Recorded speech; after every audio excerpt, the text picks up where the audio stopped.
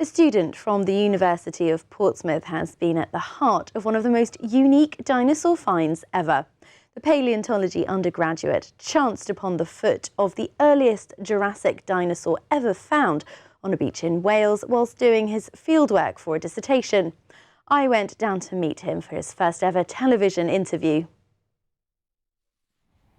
Many paleontologists, scientists and amateur fossil hunters will spend lifetimes searching for dinosaur bones, scouring beaches and quarries around the world. Others, like Portsmouth University undergraduate Sam Davis, get lucky.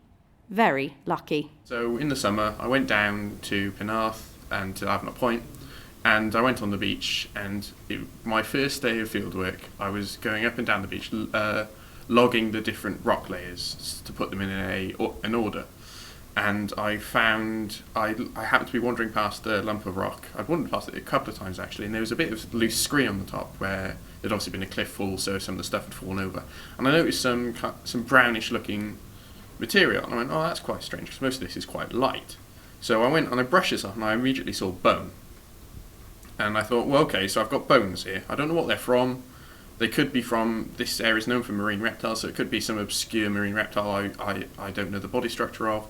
So what I did was I picked it up, I took it away from the cliff face, I then got it home, and I sent a photo to my tutor, and he confirmed to me that it was part of the Welsh dinosaur that had been announced earlier that year. There was a moment of, is he kidding me?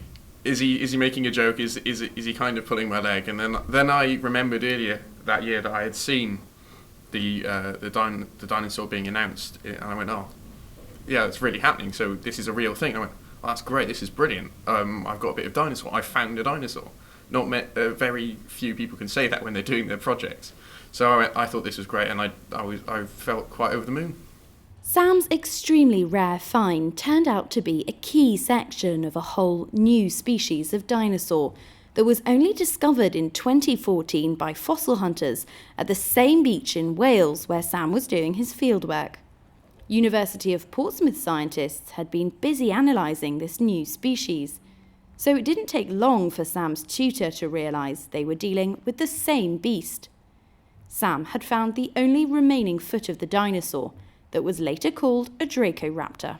It was a small 2-metre long dinosaur, but it was a juvenile, so it had the potential to get much larger. Dinosaurs similar to it from the same period of time grew up to 3 or even 5 metres, so we estimate that it could have got to between 3 and 5 metres as an adult. It was quite a fast little dinosaur. It had an ankle that meant it could run on 2 legs, and it had these tiny little teeth that were like steak knives in its jaws, and it was able to eat meat.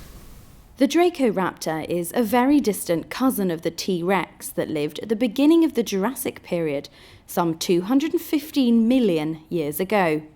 The skeleton is considered exceptional for how complete it is. We were able to take each individual bone and slowly figure out which one it was and how it fit together with the rest of the dinosaur. It was only when we started doing that we realised quite how complete it was, and we thought that maybe we had this bit and that bit, but when we started putting it together we realised we had nearly a whole skull, nearly a whole neck, the back, the arm, the leg and the tail. So almost all of the body of this animal is represented in some form or another. There's plenty more to be found out about this dinosaur. We could tell you a lot more with a bit more time and more research. So there's a lot more to be done. There's a lot of understanding we can get from it because it is so complete. But perhaps the most incredible part of the story is that Sam only chanced upon the dinosaur foot because of a recent cliff fall that exposed the fossil. If he hadn't been on that beach at that time, the bones could have been washed away by the tide or crushed by another rockfall.